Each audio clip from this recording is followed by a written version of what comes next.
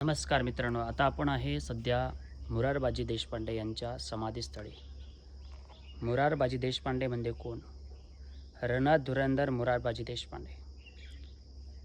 पुरंदरचा इतिहास आणि पुरंदरची लढाई जेव्हा आपल्याला आठवते, त्या ठिकाणी झालेला तह आपल्या डोळ्यासमोर येतो. आणि त्याच लढाईमध्ये छत्रपती शिवाजी महाराजांनी गमावलेला योद्धा म्हणजे रणधुरंधर मुरारबाजी देशपांडे. आज आपण त्यांच्या समाधीस्थळी आहे, म्हणजे महाड तालुक्यातील किंजळलोळी गावातील. हे आहे मुरारबाजी देशपांडे यांचं समाधीस्थळ. मित्रांनो, थोडंसं आपण जाणून घेऊया. किंजळलोळी गावी 1616 मध्ये मुरारबाजी देशपांडे यांचा जन्म होतो. नंतर काही काळ ते जावळीच्या चंद्रराव मोरेंकडे काम करत होते.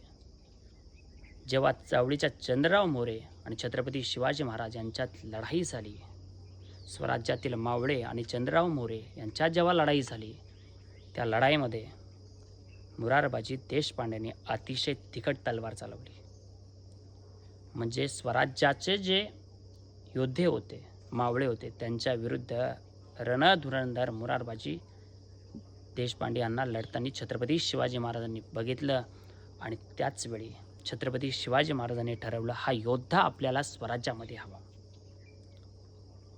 जावळी पडली. छत्रपती शिवाजी महाराजांनी चंद्रराव मोरेचा पराभव केला आणि त्यांचं सैन्य स्वराज्यामध्ये सामील केलं. आणि त्यापैकी एक मातब्बर सरदार, मातब्बर सेनानी म्हणजे मुरारबाजी देशपांडे. शेवटच्या श्वासापर्यंत, रक्ताचा थेंब सांडेपर्यंत लढणारा योद्धा म्हणजे मुरारबाजी देशपांडे. पुरंदरचा तह आणि पुरंदरचा इतिहास आपण जेव्हा वाचतो, आपल्या लक्षात येतं, मुरारबाजी देशपांडेंच्या कंठामध्ये बाण लागला आणि मुरारबाजी देशपांडेंनी प्राण सोडला. दिलेर खानासोबत लढत असताना मुरारबाजी देशपांडेंनी हाहाकार माजवला होता. अक्षरशः दिलेर खानाचं सैन्य घाबरलं होतं. त्यांना घाम फुटला होता, काय हा योद्धा लढतोय. दिलेर खानानं मुरारबाजी देशपांडेंना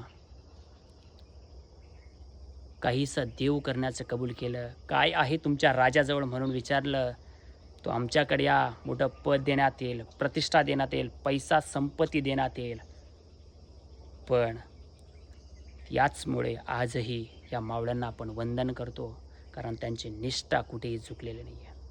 आपण जेव्हाही प्रत्येक मावळ्याचा इतिहास जेव्हा चालतो ना, सगळ्यात प्रामुख्यानं सगळ्यात पुढे ती निष्ठा, आपल्या धन्याप्रती, आपल्या राजाप्रती असलेली निष्ठा.